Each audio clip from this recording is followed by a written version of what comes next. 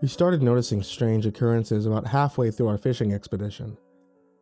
A fishing boat is never a normal place to begin with, I suppose. Everything's always tipping back and forth, sliding around, so it's easy to ignore when things get moved or when they're disappearing. But it started happening more and more, and it seemed unusual to me, even with the ship's constant heaving and swaying. I decided to begin writing about the events in question to try to make sense of what was happening. What I came up with will likely be met with skepticism. They may even commit me, so I'll leave it here, just for the record, in case they try to sweep this under the rug. That's assuming I ever make it back at all.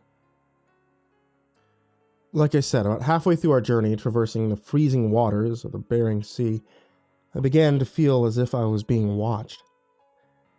When I was eating in the galley, rinsing off in the shower, but especially when I was in the cabin doing wheel watch at night, in the darkness of the small, creaky room swaying back and forth, pitching to and fro from the backs of massive waves like titans rolling in their sleep, felt like eyes burning into the back of my head. Always. I didn't tell the guys about it at first, but when they noticed they were acting out of sorts as well, the crew had taken on an odd and disquieted silence. There's no more good-natured barbs, no more pranks or jokes. The usual bullshitting talk of banging each other's sisters and moms, loud farts and belching, and the ensuing hooting and hollering, the laughing and jesting, all the things that men did when they were hundreds of miles away from the nearest woman, all those things were suddenly, strangely absent. The captain noticed it too. At dinner one evening, he broke the silence and spoke quietly, under his breath. He had insisted that night to put on some music, and he turned it up to full blast. "You boys feel it too? The eyes in the back of your heads?" He said it quietly, so that his words were buried by the music and barely audible to us. We all nodded in unison. I found myself unsurprised. "What is it?" I asked. "I don't know. Can't make any sense of it. But I can't keep ignoring it. I wasn't going to say anything at first because it was barely noticeable, but now the food's going missing too. Little things, a box of mac and cheese here, stick of butter there. Been enough that I've started to notice. And before any of you say anything, I know it's not you boys taking stuff you ain't supposed to. You've been doing this together long enough. I think I can trust you all that much. If I'm wrong, speak up. But I don't think I'm wrong." No one said anything for a minute. "Do we have enough food left for the rest of the trip?" the somewhat ample-bellied Chris asked, breaking the silence, his eyes now wide and filled with fear. "There should be, yeah. I mean, we can always eat some of those fish we're catching if we have to, right?" We all snickered at that, somewhat nervously. "The bigger question is, how the hell did somebody get aboard out here in the middle of the damn ocean? The water's freezing for one thing, and for another, there ain't no place to hide. I checked the engine room, the hold, everywhere a man could conceivably fit to stow away. There's nothing. No signs of anyone. Can't make sense of it, but I know he's here somewhere, hiding in the damn walls for all I know." I shuddered at the thought of that, suddenly thinking back to the creaking noises in the cabin at night. Were those from a man hiding in the walls? Watching me? 2 days later, I was in the galley with the captain when we noticed an entire day's worth of food was gone from the fridge. The cupboards were suddenly beginning to look bare as well. This is insane. How could one man eat so much food? The captain whispered this to me, under his breath. We stopped bothering to put on the music for our conversations. The feeling of someone watching us grew stronger by the day, never abating. We all felt it, as if he was everywhere at once, whoever he was. How sure are we there's just one man? I went up to the deck and found the rest of the crew trolling around here. It was past noon, and we were all beginning to feel hungry. Part of me was worried how they would react to the news. "The food for today is gone," I told them. looking each one of them in the eyes. Our friend's been raiding the cupboard again. And the fridge. Damn it! Mick threw the heavy line that he'd had in his arms on the deck, and the expertly wound-up loop went to disarray on the wet wooden floorboards. You're behind this! He stalked towards me, pointing his finger into my chest, digging it into my sternum painfully. You've probably been eating it. I know it from the first time I laid eyes on you. You're weak. Should have never let you on the damn boat in the first place. The man attacked me suddenly without warning. His eyes went black as the sea at night, full of hate and rage. He was holding my coveralls in his fist, and before I knew it, he had me hanging over the edge of the railing. The man was bigger than me and strong as hell. I felt my feet and lower half beginning to tip overboard as gravity threatened to take me toppling over the side. My entire body was nearly over the edge, and I was looking down at the water below me, the freezing cold, deep and dark as death itself, the mist and waves splashing up into my face, shocking me with icy blasts of frozen spray. That was when the rest of the crew yanked him off of me and grabbed onto my pants, pulling me up just as I was about to fall down into the icy water below. The hell are you doing, Mick? It's not him. He's been with us the whole time. The captain said it himself. There's somebody else on board. Bullshit. He spat at us, held back by the other man. His eyes still looked strange and black to me, as if the color had drained from them. It's him. It's fucking Greenhorn. Can't take it. He's trying to get him to turn back, so we all starve this year. Well, I ain't fucking going back. We're staying out on the water for as long as it takes. I'm not a greenhorn, you asshole. I've been working with you for the past 6 years. Ha! He started to laugh at that, saying that I was and would always be. I'd never be as good as them. It was fast. He couldn't understand where all this was coming from. We had always gotten along, Mick and I. Sure, there was the odd bar fight in town, but those were usually good-natured. Could have happened with anybody. Whatever problems we'd had in the past, we both always apologized afterwards and bought each other a drink. This wasn't him talking. They pulled Mick away and locked him into his bunk bed to cool down.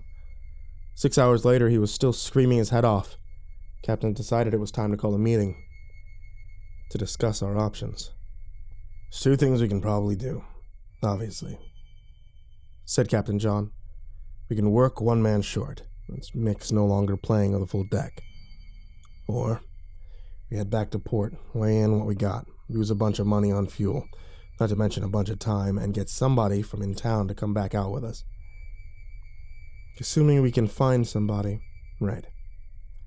I'm sure we can get someone. But how good they are is going to be another story. Now, obviously, I'm going to make the call, but I'm open to suggestions since this isn't exactly a normal trip. You all are going to be the ones working short-handed. Think you can handle it? We all nodded our agreement. The fishing was good. We could be done in a week. Working short would suck, but it would mean probably another month at sea for the same amount of money if we went back to get a new man. All right. We don't talk about this to anyone when we get back, got it? I'm law out here, technically. And I don't want word getting out about this. So we went back to our duties. 1 man down, short on food, now eating fish that we caught from the water to make up for lost meals. All the while, Mick was in his bunk bed, strangely silent, no longer screaming and hollering, just waiting. Quietly, biding his time. The next couple of days were mostly uneventful. We went about our jobs without much talk, just silently doing our work, trying to forget about the crazed man inside, who not long before we had called our friend. The captain tried to talk to him through the door, and his growing insanity was scaring us all tremendously. He talked about the darkness, mostly in the depths, the cold ocean and the blackness of the deep. How he wanted to go there, once he was full and satisfied. But he was still hungry. Mick's voice started to change, became a deep booming baritone, somehow lulling and hypnotic in its cadence and rhythm. That was when we started to find Captain John standing outside in the hallway, eyes nearly closed, silently rocking back and forth. We had to pull him away from the door at one point, as his hands began to reach for the latch, without his apparent knowledge. When we asked him about it afterward, he said he had done no such thing. He flashed a strange smile at me that night at dinner. The afterimage of it stayed in my mind and made it difficult to sleep that night. All I could think was, weren't his eyes light blue before? Now they look darker, a navy blue almost. Perhaps it was just the light, but my paranoia would not let me sleep. The next night, it was my turn to do wheel watch. Captain John called me up to the cabin and told me gruffly that he was going to bed. He was dead tired. I sat silently behind the wheel in the dark room, trying not to fall asleep. It was exceedingly difficult as the night wore on. The days had been long and the hours extended since we were down a man. What awoke me was a noise. Someone whispering to me from beyond the walls. "Your friends." The hell? Who's there? "Get you to the open waters." My heart was hammering loudly in my chest. I began to scream in terror and woke everyone up. They came slowly marching in a row up to the cabin, their eyes all now black as coal, shining dimly in the light of the cabin. "He's here. He's behind the wall." "Yes. What did he say?" Captain John asked.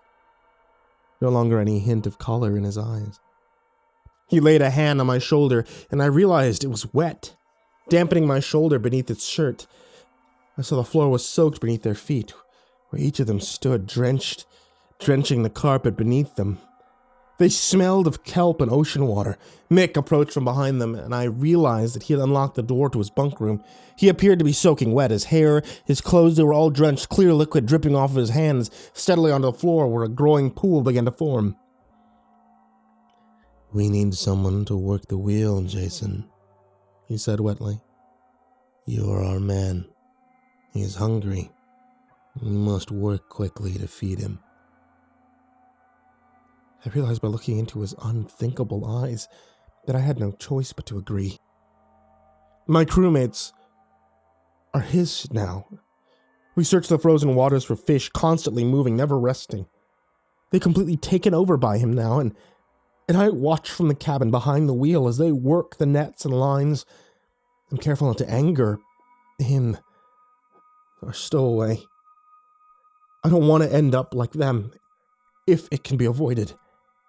It seems like it will take quite a while for him to be finally satisfied. He's eaten everything on the ship, including our entire quota for the season, leaving me starving and alone in the wheelhouse, waiting for this to finally be over. One day, my futile hope is that he's full before I run out of fuel. Somehow, though, I don't think that he'll ever be satisfied. He'll keep us out here for as long as he can, and then once there's nothing left for us but salt water washing away to ocean spray, he'll leave and find another boat where he can stow away. And he'll begin to feed. Again.